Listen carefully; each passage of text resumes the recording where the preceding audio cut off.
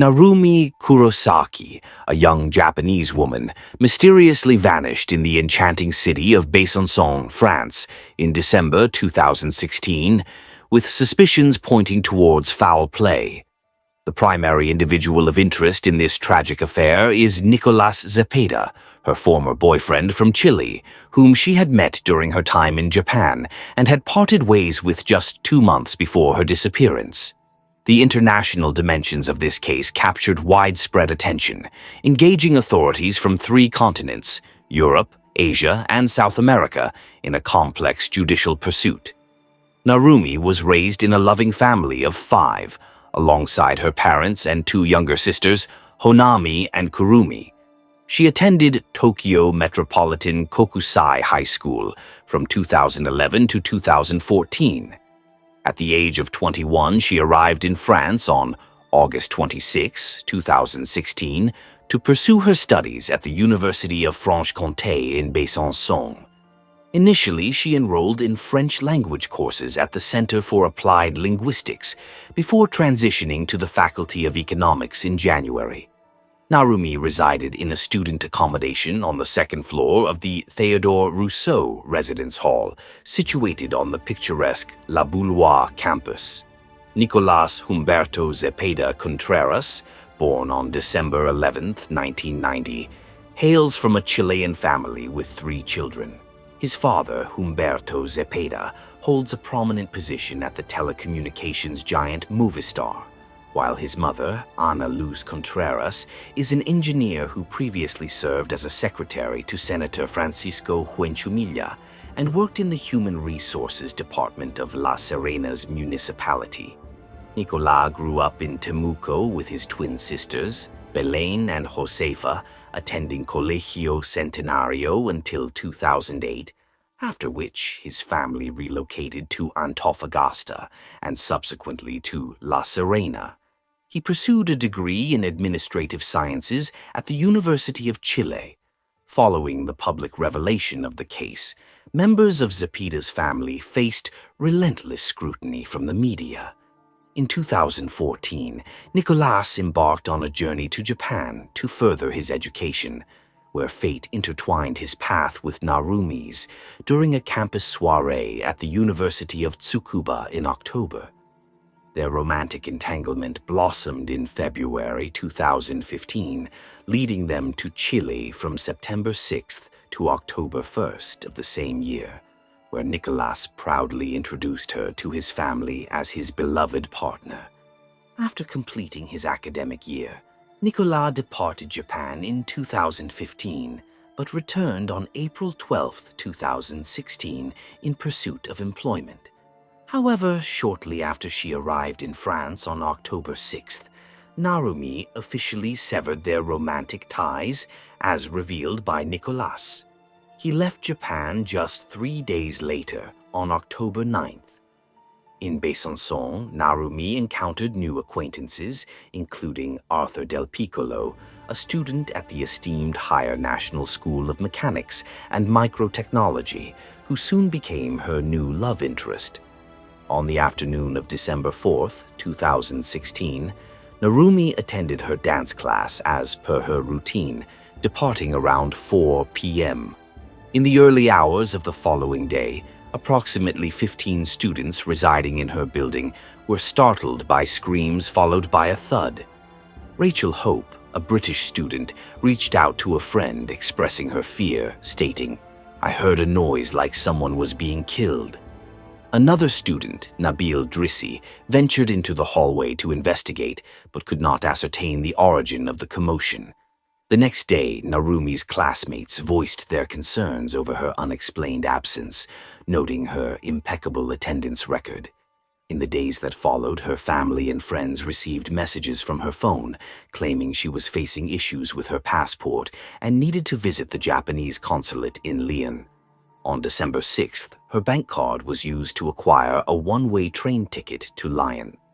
Yet, fellow passengers seated near her assigned spot reported not having seen anyone resembling Narumi. Additional messages reached her loved ones in the subsequent days, suggesting she had found a new partner and was traveling alone. After December 12th, No further communications were received. On December 14th, the Center for Applied Linguistics in Besançon notified the authorities, leading to a police entry into Narumi's room on the afternoon of December 15th. Upon assessing the situation, investigators initially turned their attention to Arthur, Narumi's new partner.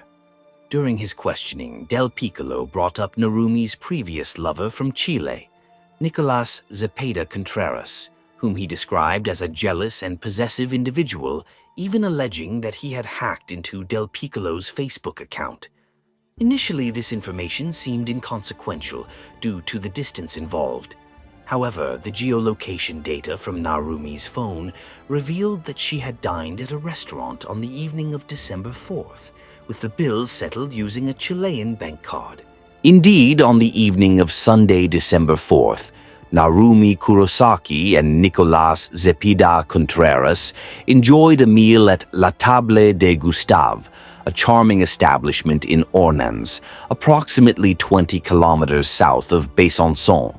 Surveillance footage captured them departing the restaurant at 9:57 p.m., followed by their arrival at Narumi's college dorm at 10:58 p.m.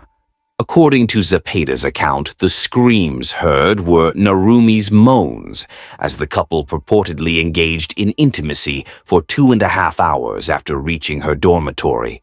On the night of December 5th, Del Piccolo lingered outside Kurosaki's apartment, contemplating entry until he received messages from her phone, in which she allegedly expressed that she had found someone else and was leaving him. Zepeda was the last individual confirmed to have seen Narumi alive. As of 2024, Narumi's remains have yet to be discovered. The police entered room 106, Narumi's residence, at 5:31 p.m. on December 15th, finding it impeccably organized, a stark contrast to her friends' descriptions of her usual untidiness. Notably, her only coat was present at the scene despite the onset of winter, along with her laptop and a wallet containing €565 in cash. As the authorities meticulously catalogued Narumi's possessions, they discovered the absence of a blanket, a suitcase, her passport, and her mobile phone. The analysis of fingerprints collected from a cup revealed a match to Nicolas Zepeda Contreras. Further examination of the DNA derived from these fingerprints uncovered traces of the suspect on a water bottle, a t-shirt, the walls, the bathroom floor, and the sink's edge. Additionally, the French police identified samples of the victim's blood on the emergency exit door, which Zepeda had utilized to leave the premises. In response to Nicolas's request for her to remove certain contacts from her Facebook, Narumi sent a text message on September 5th, 2016, asserting, "I will never delete Arthur." Just 2 days later, Zepeda uploaded a video to Dailymotion discussing his relationship with Narumi in unsettling terms. She must face the consequences of her actions and understand that she cannot continue to make such errors with someone who cares for her. He further elaborated that specific conditions apply during her time in France, and others are permanent. Should she fail to adhere to these conditions within 2 weeks, I will implement them without delay. On January 24th, 2017, Juan Felipe Ramirez Contreras, Nicolas's cousin who had spent 5 days with him in Barcelona before his return to Chile, was interrogated by Catalan authorities. He disclosed several alarming details regarding their discussions during that visit. Nicolas had concealed his encounter with Narumi in Besançon, claiming he was merely in Europe for a conference in Geneva. He also inquired about suffocation, a topic that raised concerns for Ramirez, who was studying medicine. Furthermore, Ramirez noted his unease at Nicolas's use of the past tense when referring to Narumi, stating, "Narumi liked the sea." On May 18, 2020, the Chilean Supreme Court of Justice granted authorization for the extradition of Nicolas Zepeda Contreras to France. Nicolas Zepeda had been confined to house arrest in the picturesque Viña del Mar since late June. On July 23, 2020, he was escorted by the Investigations Police of Chile to the Arturo Merino Benitez International Airport, where he was formally handed over to French authorities. Following a flight that brought him to Paris Charles de Gaulle Airport in the late morning of July 24th, he was transported by car to Besançon, arriving around 4:40 p.m. There, Zepeda faced the investigating judge, who formally announced the murder charge against him before being presented to the judge overseeing liberties and detention. Ultimately, he was placed in the pre-trial detention center in Besançon. The highly publicized trial against Nicolas Zepeda Contreras, referred to as the Great Trial by the French Ministry of Justice, commenced on March 29, 2022, in the Cour d'Assises of Besançon, 12. Given the international nature of the case, the proceedings were conducted under an extraordinary schedule, with all communications facilitated by a team of 6 interpreters, 3 for Japanese and 3 for Spanish. To accommodate the time differences, 3 clocks displayed the current times in France, Japan, and Chile. Numerous witnesses from abroad participated via video conference, including 10 from Tokyo, 2 from Santiago de Chile, and 1 from Scotland. In addition to the main courtroom, 2 auxiliary rooms were made available for journalists and the public, allowing them to follow the proceedings on a large screen. Zepeda's defense was led by the esteemed Maître Jacqueline Lafont, a prominent lawyer from the Paris Bar Association known for her representation of high-profile clients, including former President Nicolas Sarkozy in a wiretapping case, Alexandra Benalla in the Benalla affair, and former Minister Nicolas Hulot in a sexual assault investigation. She was supported by her associate, Maître Julie Benedetti. The family of Narumi was represented by Sylvie Galli, a distinguished lawyer from the Besançon Bar Association. Randall Schwerdorfer, a distinguished attorney from the Besançon Bar, renowned for his defense work in the high-profile Daval and Frédéric Péchier cases, has taken on the role of representing Arthur Del Piccolo, the boyfriend of Narumi at the time of her mysterious disappearance.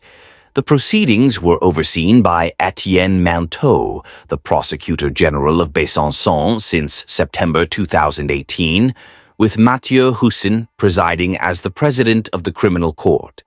The trial attracted the presence of Humberto Zepeda and Ana Luz Contreras, the parents of Nicolas Zepeda Contreras, alongside Taiko and Narumi Kurosaki, Narumi's mother and sister, who were there to witness the 2-week trial and provide testimony. A pivotal element of the trial was Zepeda's blogspot, where he frequently shared narratives about his relationship, cloaked as fictional tales. His online presence extended to various platforms, including Smool, Last.fm, and DeviantArt, where he showcased an array of Japanese-inspired artwork. French authorities presented intercepted private messages between Narumi and Zepeda, revealing his jealousy and possessiveness. Throughout the trial, Zepeda maintained his innocence, asserting that he did not take Narumi's life. On April 12, 2022, he was convicted and sentenced to 28 years in prison, with the expectation of serving the initial 15 years in France before potentially being extradited to Chile to complete the remaining 13 years. A retrial commenced on February 21, 2023, at the Cour d'Assises of Haute-Saône in Vesoul, following Zepeda's appeal against his sentence, with proceedings scheduled to conclude on March 10, 2023. Earlier, on November 15, 2022, the office of Me Jacqueline Lafont formally announced their withdrawal from Zepeda's case to the Besançon Court of Appeal, leading to Antoine Weil, a former associate of French Minister of Justice Eric Dupond-Moretti, stepping in as the new defense counsel for the accused. In the courtroom during the appeal trial were the civil parties. Narumi's second sister, Honami Kurosaki, and her then-boyfriend, Arthur Del Piccolo, both of whom had been absent from the initial proceedings, alongside Narumi's mother and another sister. At the commencement of the appeal trial on February 21st, 2023, the presiding judge revealed that he had received a letter from Antoine Vey on February 18th, indicating his withdrawal from the case following his client's decision to end his representation. Subsequently, the Zepeda family appointed new legal counsel, Renaud Portejoie from the Clermont-Ferrand bar and Julien Dreyfus from the Paris bar. The trial was momentarily paused for 48 hours to allow the new legal team to familiarize themselves with the investigation materials.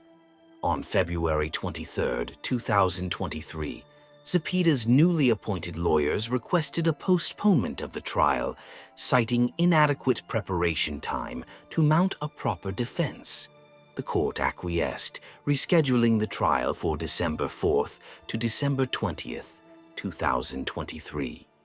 On November 17, 2023, Julien Dreyfus announced his withdrawal from Zepeda's defense, leading the accused to engage a new attorney, Sylvain Cormier, renowned for his representation of footballer Karim Benzema in the sex tape case.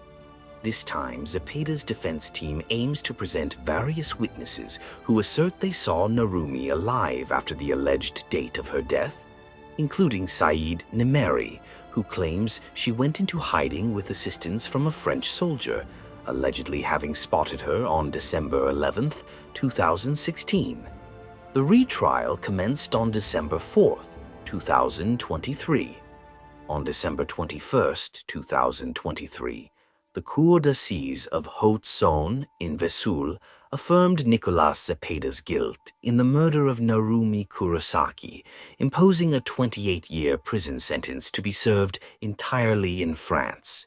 His defense team promptly announced an appeal to the Court of Cassation.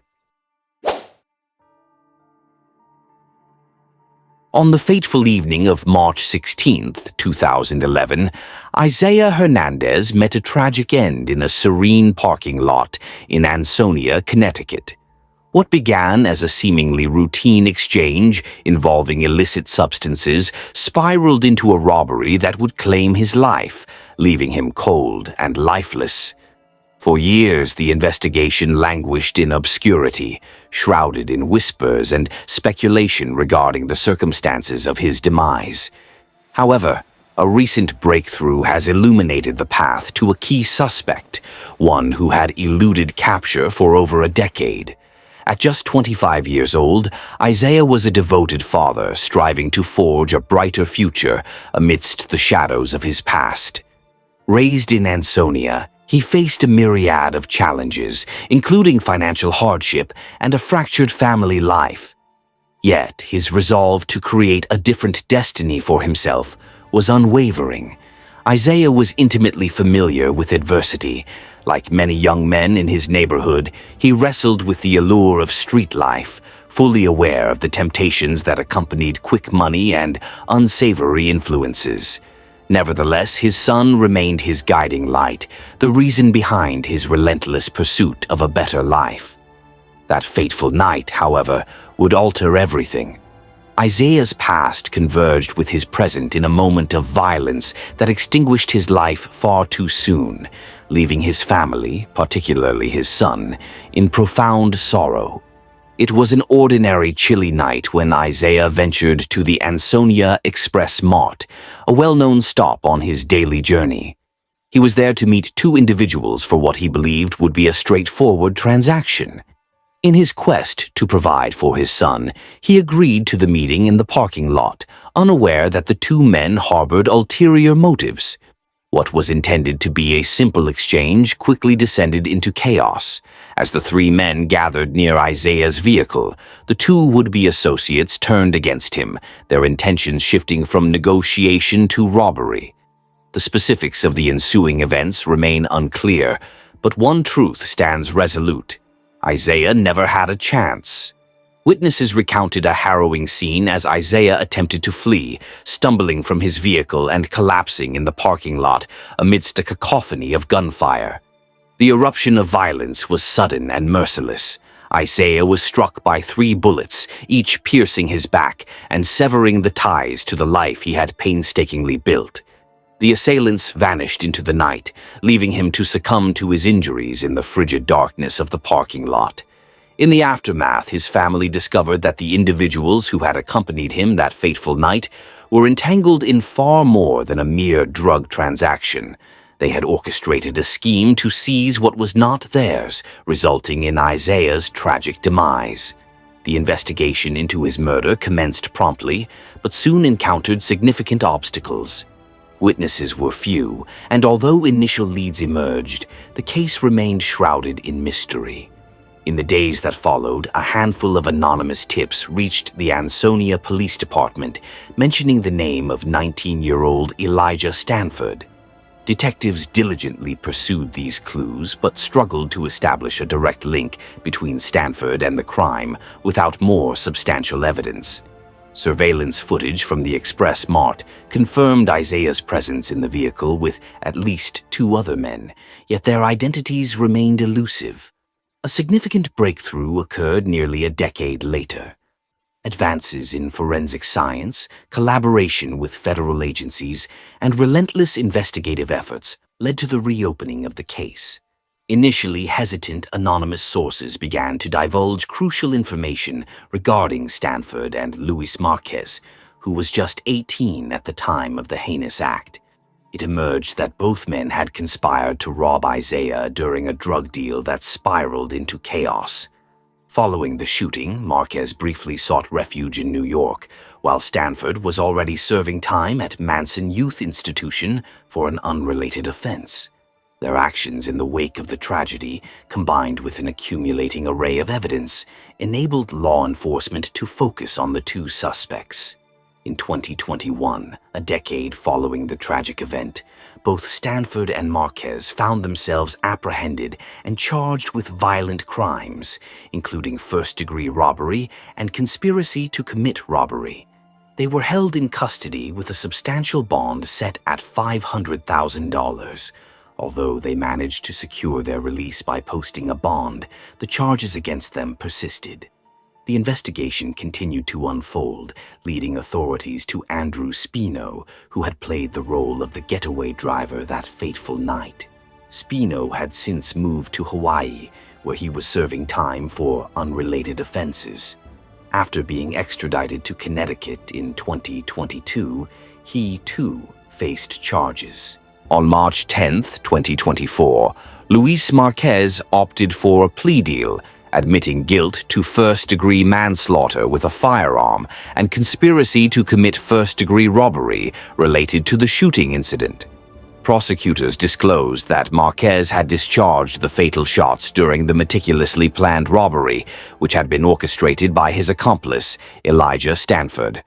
On August 29th, Marquez received a sentence of 14 years in prison, accompanied by 5 years of probation. Before his sentencing, Marquez expressed, "I ask the judge to show some mercy, but I know I deserve whatever is coming. I am not going to sit here and act like I do not." Meanwhile, Stanford and Spino remain in custody as the legal proceedings continue.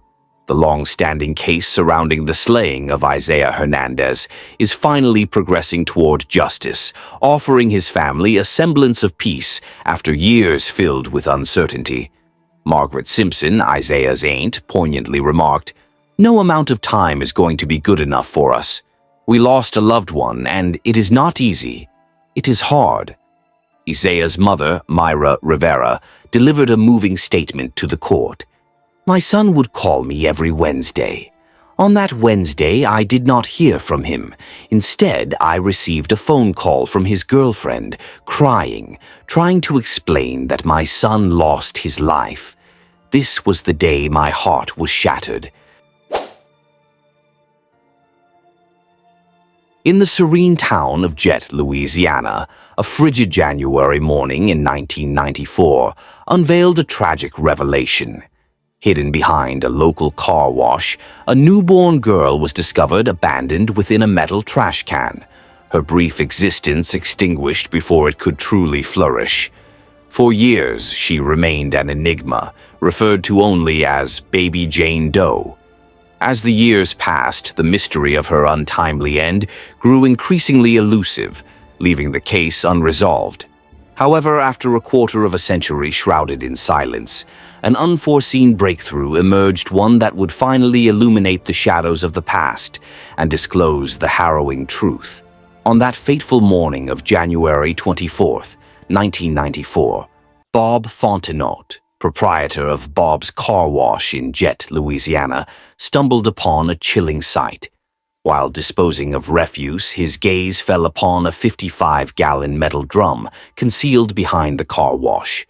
What began as mere curiosity swiftly transformed into horror as he peered inside, revealing the fragile, lifeless body of a newborn girl. This infant, later named Baby Jane Doe by investigators, lay in the refuse, her thumb nestled in her mouth, with her umbilical cord and placenta still attached. Tragically, she had only drawn breath for a few fleeting hours before succumbing to the relentless cold. The temperatures had plummeted into the 40s overnight, and within the icy confines of the drum, the baby met her heartbreaking fate. Authorities were summoned promptly, yet initial inquiries yielded scant evidence. While there were no indications of trauma on the child's body, a blanket, girdle, and a 4-day-old receipt discovered nearby hinted at a concealed birth. Despite the unwavering commitment of local law enforcement, including a resolute vow from Acting Police Chief Carrie Davis to locate the mother, the investigation soon stagnated. Leads evaporated, and the limitations of contemporary DNA technology offered no conclusive insights. The funeral for Baby Jane Doe drew hundreds of mourners from Jet, who gathered to pay tribute to the infant they had come to embrace as their own. In a poignant display of compassion, officers from the Jet Police Department served as pallbearers, while the community came together to provide a white christening gown, a delicate bonnet, and a cherished Raggedy Ann doll, ensuring that the infant would not be laid to rest in solitude.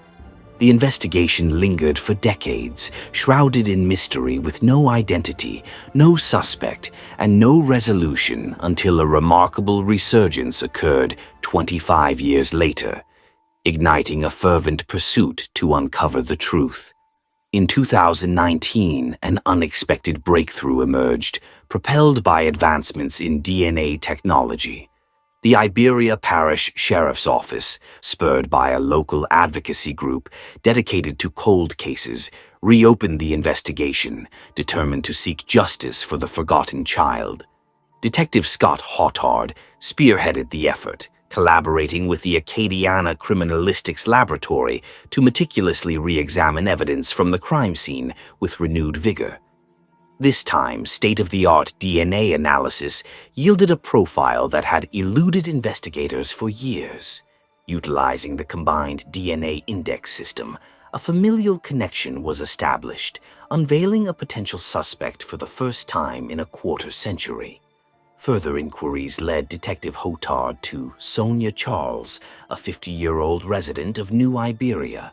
A DNA sample was procured from Charles, and when the laboratory results confirmed the match, the long-buried truth emerged. Sonia Charles was the mother of Baby Jane Doe. Following her arrest in 2019, Charles faced charges of first-degree murder for the abandonment of her newborn daughter in a trash can in 1994, which tragically resulted in the infant's death from hypothermia. As news of her arrest reverberated through the community that had mourned the child's fate for so long, a renewed sense of shock and disbelief swept over them.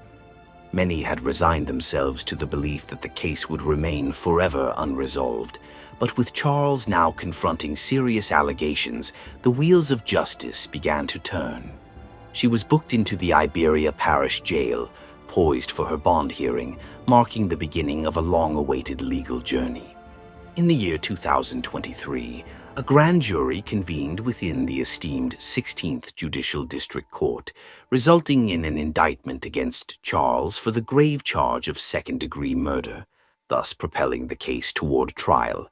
This indictment reignited public interest in the heartbreaking incident, prompting a flurry of inquiries into the motivations that drove Charles to forsake her newborn in such a heartless fashion. The defense was anticipated to seek a reduction in the charges, potentially highlighting the circumstances surrounding the pregnancy and Charles's mental state during that tumultuous period. Nevertheless, the prosecution remained resolute in their quest for justice on behalf of the infant, asserting that her intentional actions were directly responsible for the tragic demise of the child. As the legal proceedings unfolded, the community of Jet clung to the hope that baby Jane Doe would ultimately receive not only justice, but also the dignity of a true identity, a name to replace the veil of anonymity she had endured for a quarter of a century.